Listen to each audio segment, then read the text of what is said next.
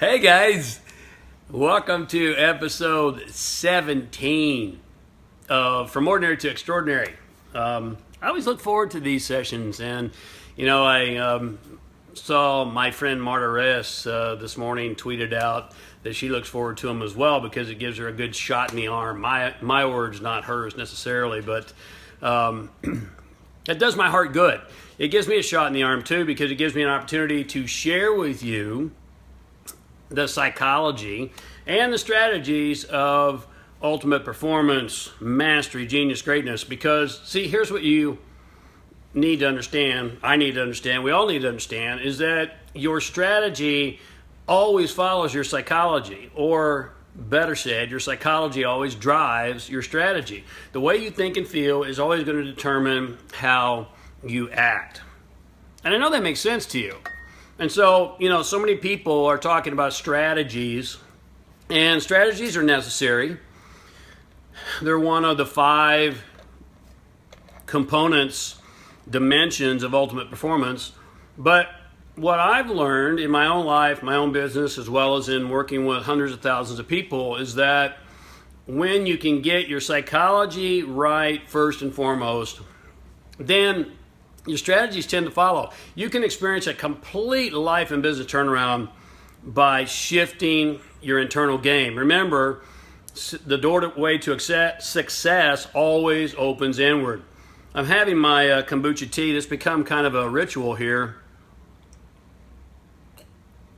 for me on From Ordinary to Extraordinary, because Thursdays is the day every week, one of the days each week that I fast. I practice intermittent fasting. Not going to get into that today. We can talk about it if you'd like. And as I say that, put your questions and comments below. Bear has a list of people who shared from last week, hopefully. And I want to thank you if you shared From Ordinary to Extraordinary with your tribe. I know many of you did. I know, Anthony, you always do. Marta, you did as well. And do we have a list of names, Bear? Bear dropped the ball. But if you shared, you know who you are. And I know who you are. I'm just not remembering your name right now because I go back and look. And that's the way you have impact on the world. In every little small action that you take, because we're all connected, you have an impact on the world. This topic today might just be one of the most powerful topics that we've explored, and I'm a little bit biased, but I think we've explored quite a few powerful topics in our 17 weeks that we've been at this, and I don't see any end in sight. So, hopefully you'll get your tribe and you'll set aside this time, and if you're watching the replay, then that's cool. By the way, if you don't want to scroll through your Facebook feed or my wall, which could go forever, frankly, because you're going back 17 weeks to find a particular episode, then all you have to do is go to jamesray.com/live-cast, and we're posting every single episode up there for your enjoyment and betterment, hopefully. We have a new website up as well, and it's in process. We're still in the process of updating it and tweaking it and working with it. But I'm pretty excited about some of the things that are coming down the pike, and I'm really excited about today. So once again, share with your tribe, please. And I appreciate all your likes and all your comments. And if you need me to go into more depth and detail into this particular topic, just put them down below, and we'll get to them live if we have the opportunity today. And if not, my commitment to you always is, as you know, to come back and to address that after the fact. It takes some time, and I love it. I love it, frankly, because that's my purpose, and it shows me that you're engaged and interested. So, with that being said, I'm going to ask you to do an exercise with me right out of the chute here. And if you were here last week, then this is going to seem familiar, but I promise you it's a little bit different. So I'm going to challenge you to take a really deep breath in with me in just a moment. And when you breathe in, by the way, you should breathe from the diaphragm. You know, most of us in the West, because we're trying to hold it in, we've been conditioned to hold it in, right? Breathe really shallow and in the chest, and that's not healthy. Oxygen is the number one nutrient of the body. Think about this. I mean, you can go literally weeks without food. You can go days without water, but you can't go minutes without oxygen. Number one nutrient of the body, and most of us don't oxygenate the system very, very well. And so let's take a deep breath in together. We're all going to do it at the same time. I want you to breathe in as deeply as you can. And then I'm going to hopefully teach you something through this metaphor. So you ready? Here we go. I'm going to do it with you. Take a deep breath in through the nose.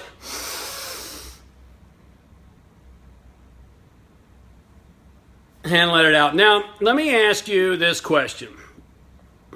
You know, Bear's over here, and she took a deep breath in. I took a deep breath in. You took a deep breath in. Was there still plenty of oxygen left for anyone else who wanted to take a deep breath? Anyone who's not here right now? The obvious answer is yes. Well, the title of this episode is that there is no lack. Lack is an insidious mindset, a psychological issue that drives mediocre performance. There is no lack. The perception of lack is a limited view. And you say, well, James, that's just oxygen. No, it's not just oxygen. It's a principle in the universe. There is no lack. One of my favorite quotes from the Gita, the Bhagavad Gita, which is one of the greatest books ever written, in my opinion. And if you haven't read it, you might want to consider it. It comes from the Upanishads, the Hindu tradition. It's a story of a warrior sitting on the edge of a battlefield, and he is talking to Krishna, who happens to be driving his carriage. And, you know, in the Upanishads, it says, from abundance, he took abundance, and still abundance remained. I'm just going to let that sit in your consciousness for a moment. In fact, let me repeat it because this is mind-blowing. From abundance, he took abundance, and still abundance remained. And let me correct what I've just said. That is not in the Gita. That's in the Upanishads, but the Gita is part of the Upanishads. Nonetheless, you should read the Gita. The Bhagavad Gita, I've probably read it at least 25 times, and it's not because I'm slow. All right? Repetition is the second law of learning and transformation. From abundance, he took abundance, and still abundance remained. And so you just had an experience of that. You know, someone might say to me, well, James, how can you take abundance and there's still abundance? Well, you just had an experience of that by taking in a breath. Is there any shortage of oxygen? Can you take all that you can possibly take and there's still plenty left? Well, you know, the answer is yes. And here's the fact. The only thing that can ever be lacking is your understanding, it's your willingness, and your grit. I love that word. I've turned it into an acronym. I'm not going to tell you what it is here today, but your willingness, your understanding, and your grit. That's the only thing that ever lacks. You know, so many people tell me, well, James, you know, I've tried everything. When they're attempting to grow their business, because I work, you know, primarily with entrepreneurs and business leaders, I've tried everything. I say, okay. And when I look at what they've done, they've tried about 4 things. Well, 4 things is a long way from everything. The only thing that could ever be lacking is your understanding, first and foremost. I mean, the concept of lack is faulty perception, and it's going to drive mediocrity. You know, let me give you a few examples here that'll drive it home. You know, some people say there's a shortage of fossil fuel for our cars. And so gas prices skyrocket because there's a shortage. And isn't that wonderful for, you know, the gas tycoons? there might be a lack of fossil fuel. I'll give you that. But do we really care about fossil fuel? What we care about is transportation. So there might be a lack of fossil fuel, but a lack of fuel? No way. I mean, Elon Musk and Tesla are proving that right now. You know, Tesla is currently worth $37 billion. And it gets better than that because Fortune magazine predicts that they're eventually going to be worth 700 billion with a B, 700 billion. Now think about this. Where most people were looking at lack, Musk was looking at opportunity, and his partners were looking at opportunity. And so then someone might go, well, you know, electricity that runs the cars is get expensive, and therefore it's going to skyrocket, and there could be a lack or shortage of electricity. Well, maybe, but there's still no lack. I mean, Ford Motor Company and many others right now are working on solar power cars. In fact, I think there's already some in production, and they have been working on them for a long, long time. Now think about this. We would be really hard pressed, you know, in our lifetime, in our children's lifetime, in our children's lifetime to exhaust the power of the sun, right? There's no lack. There's no lack. What happens is we tend to get myopically focused on something the way it is, and we think it's got to be that way. And therefore, in our faulty perception, we create the feeling of lack. You know, T. Boone Pickens, you heard of this guy? He's an oil baron. He's worth about $950 million. It's respectable. He primarily earned his money in oil. But you know what he's investing in? He's invested heavily in solar power and wind. Now, frankly, he's lost some money in those places, but he's not stopping. He's not stopping. Now what would possess a oil millionaire, close to billionaire, to invest elsewhere? He made all his money in oil. Why would he go into solar and wind? Well, just like Musk, Pickens sees opportunity where other people see crisis and lack. Where do you look? You see, the only limitation you will ever have, please put this in your notes. The only limitation you will ever have in your life is the limitation of your own thinking. You with me on this? Limited thinking. You know, let me give you some more examples. Some states, some countries talk about a water shortage. In fact, right here in California, sometimes I've heard, hey, California's almost out of water. We're right next to the damn ocean, right? Out of water. You know, the entire planet is 70% water. Your body is 70% water. You should be drinking a lot of it. By the way, that's another great nutrient that most of us don't get. There's no lack of water. We don't have a water shortage. You know, Las Vegas, we're almost out of water. No, we're not out of water. What we have a lack of is creativity, innovation, the willingness and the ability and the grit to figure out how to take 70% of the planet and take the salt out of it and purify it and redirect it and redistribute it so that we have plenty to drink. Is this making sense to you? The only shortage you will ever have is a shortage of willingness and creativity to come up with a new approach. Let me repeat that. The only shortage you'll ever have is a shortage of creativity, inspiration, innovation, and the willingness to take a new approach. Well, James, I've tried everything. No, you've tried 3 things. I've been at this now for 3 years. 3 years is nothing.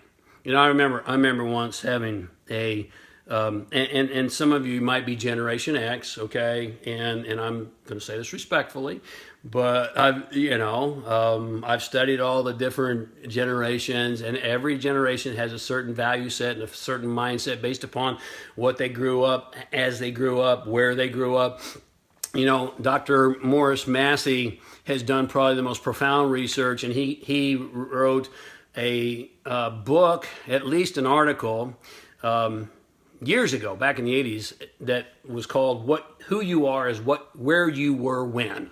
Who you are is where you were when. And so anyway, if you're a Gen Xer, there's certain things you grew up in and certain things you were conditioned with, and your parents were either seniors or boomers, and so I had a Gen Xer working for me once, and she said to me, we've been at this for 18 months and it's not working. I said, you know what? 18 months is nothing. With all due respect, 18 months is nothing. 3 years is nothing. There's a law in this universe called the law of gender. It's one of the 7 laws in the universe. And it states that it states a lot of things actually. It states that everything has a yin and a yang, a male and a female. Everything has a gestation period. And here's the thing, what's the gestation period of you growing your business? I don't know.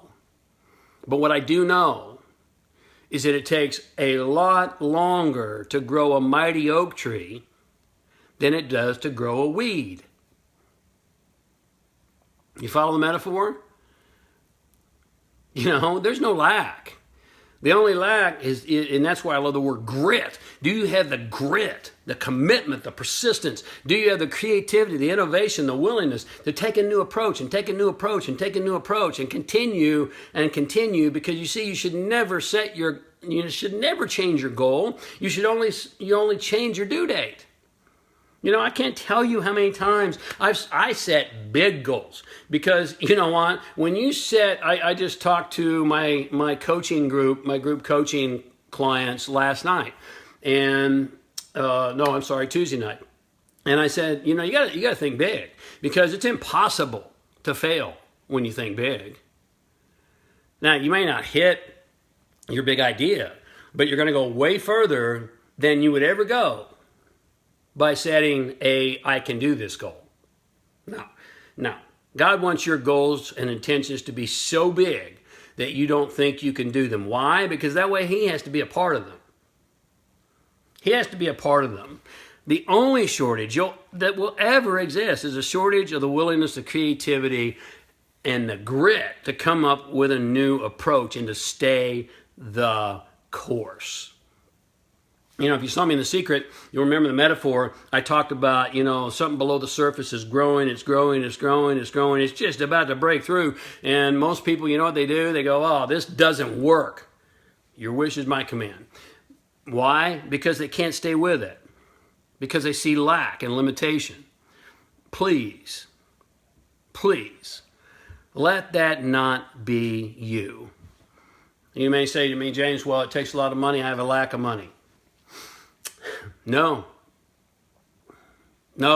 there is no lack of money. Now, you may not have it yet. It's in someone else's bank account, right? Someone else has your money right now. And guess what? They are more than willing and excited to give it to you when you provide enough value to them to part with it. You don't have a lack of money. There's no lack of money. I hope Tony Fleming is here. I don't know if you've seen him sign in, Bear, but, I put up a quote yesterday on Facebook that said, if money is your problem, money won't solve your problem. And Tony responded, and I appreciate that, Tony. I hope you're here, because I told you I'd talk about this just for you.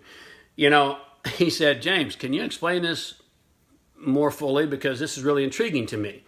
And I said, sure. If money is your problem, money won't solve your problem.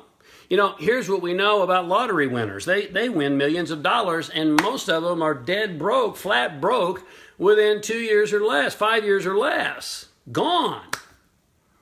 Why? Because if you don't know how to earn something, you won't know how to keep it. You getting this? If money is your problem, money won't solve your problem. Oh, I'd love to win the lottery. No, you wouldn't.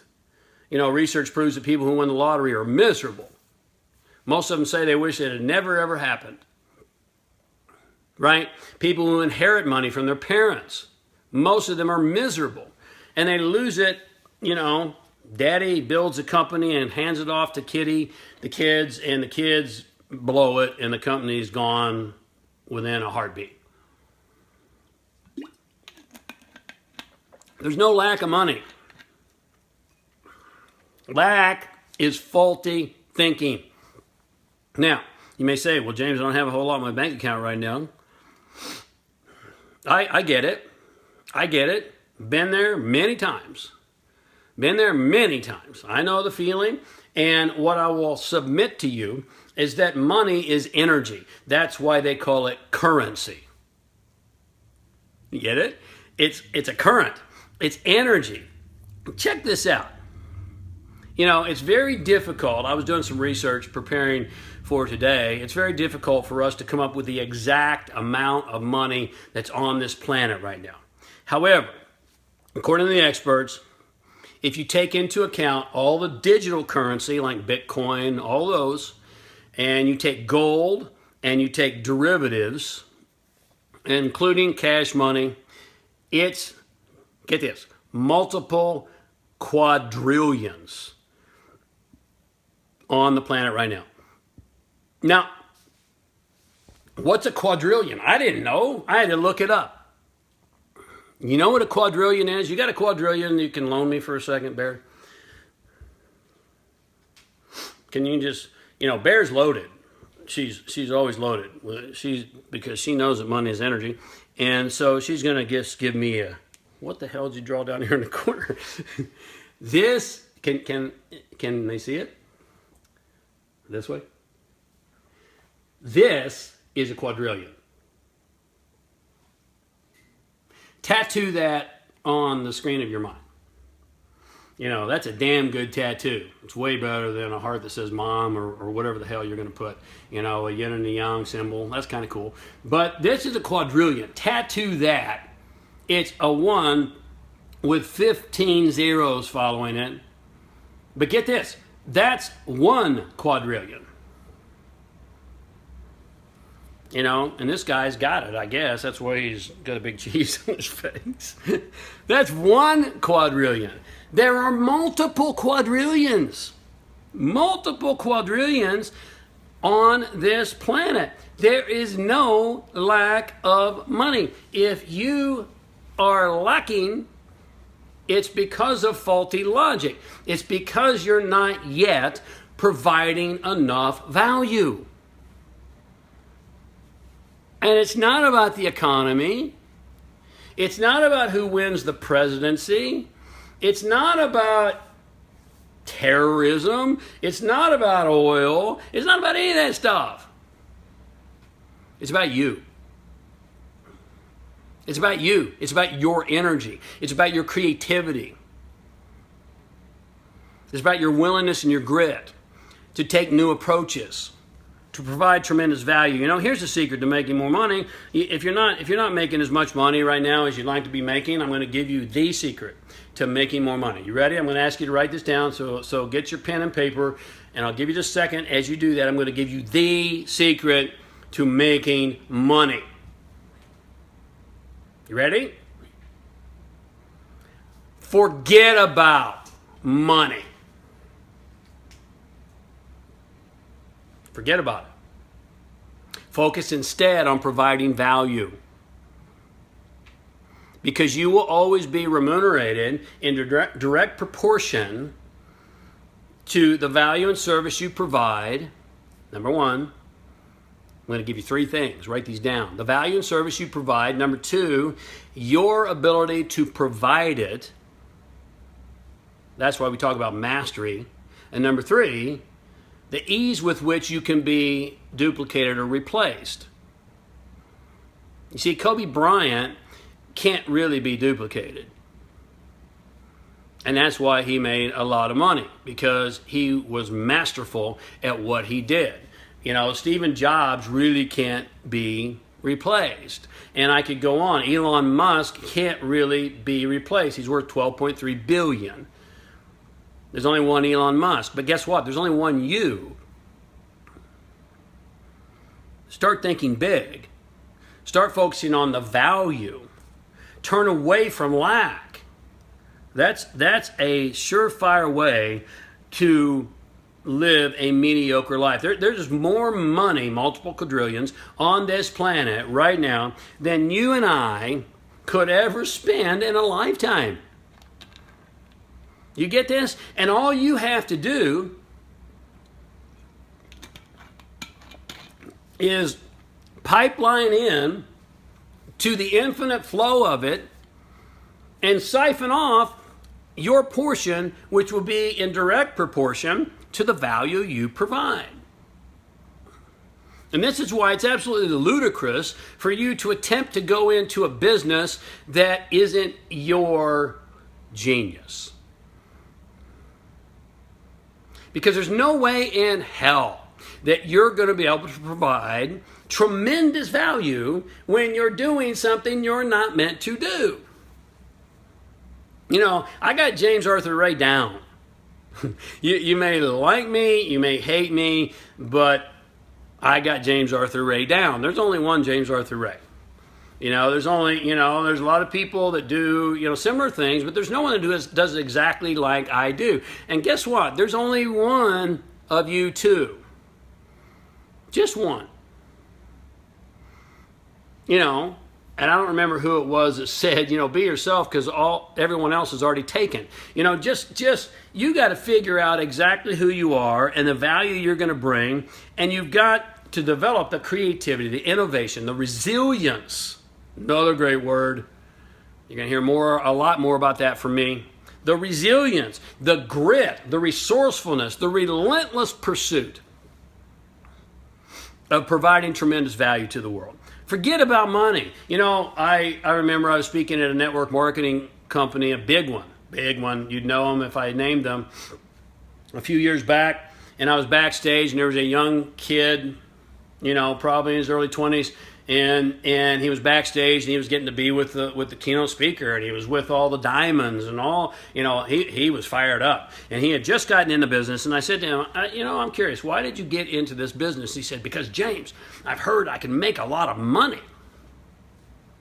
It's common. And I didn't say it to him there because it wasn't the time and the place, but I thought inside, you're probably not going to make it. Look, I've shared dinner and shared the stage with billionaires. I've coached more multimillionaires than I can count. And I can promise you from my experience, not one of them, there might be exceptions, but not in my experience, not one of them got to where they are by pursuing the money. They found their gifts and genius, and they became best in class. And so the other thing that we have to understand, and let me stay on this topic of money because this is one of the major human pains. I believe there are three major human dilemmas, and I'm not going to get into all of them today, but one of them is money, and we think there's lack, and we experience lack, and we're talking about the only lack is the lack of lack. There's no lack, right? But the Christian prophet told us, judge not by appearances. Easier said than done. Oh, me too. Even when you teach this stuff, easier said than done. Because appearances are seductive. But let me tell you something, that your current state of affairs, if you think you have lack in your life, that's not who you are. That is the residual outcome of your past thoughts, feelings, and actions. You with me on this? We are constantly living in this residual of our past thoughts, feelings, and actions. I call that going 3 for 3. Thoughts, feelings, actions. All must be in alignment. We're living in this residual of our thoughts, feelings, and actions. And then we have the result of our thoughts, feelings, and actions. And we have them here today. You have your results today. And you look at your bank account and you go, I'm broke. No, you're not broke. You used to be broke. That says nothing about who you potentially can be or what your possibility is. Because your possibility is limitless. Limitless. And every great teacher in every tradition has told us, they've disagreed on a lot of things, but they've agreed that we are created in the image and the likeness of God, or the creative source. And therefore, you are a creative being. And your objective is to create and to innovate and to get out there and bring your genius and your greatness to the world. There's no lack. The only lack is between your ears, and you need to get rid of that. You need to dump that like a bad habit. You got to turn away from appearances, because once again, there's never going to be a shortage of ideas. There's more money on this planet. There's more water on this planet. There's more oxygen on this planet. There's more of everything on this planet. The internet has always been here. I'm communicating to you today in a way that I couldn't have done 10 years ago. But guess what? This was always here. It's always been here. Nobody created it. We discovered it. How? By becoming creative, becoming innovative, moving forward, and looking at new approaches and new ideas. You see, you have genius born within you. Pure, unadulterated genius. Pure greatness.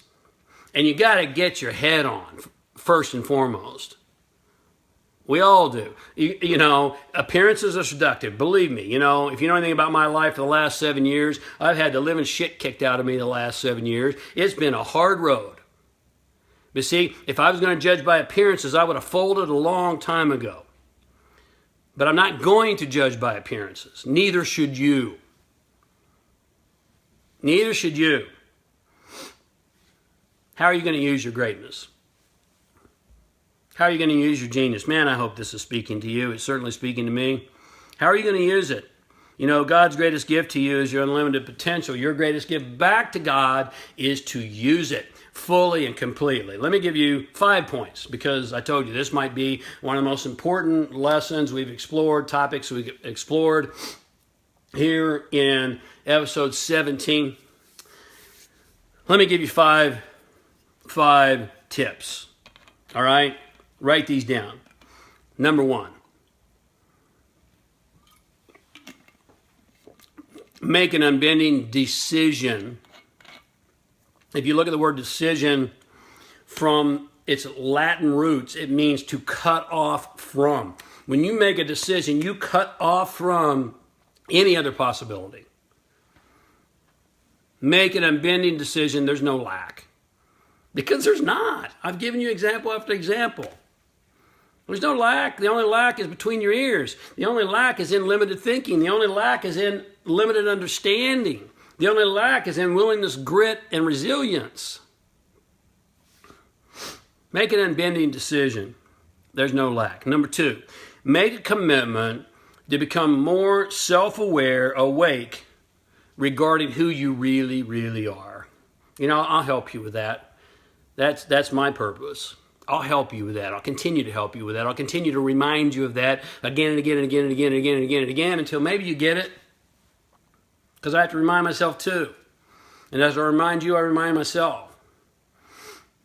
Remember who you are. You see, the journey of life, the real objective of life is a journey of self-awareness. That's the real objective, is to become more and more and more and more self-aware. And frankly, most people have very limited amounts of self-awareness. Even when you think you do, you often don't. Because self-awareness covers so many things that I won't get into here today because of time.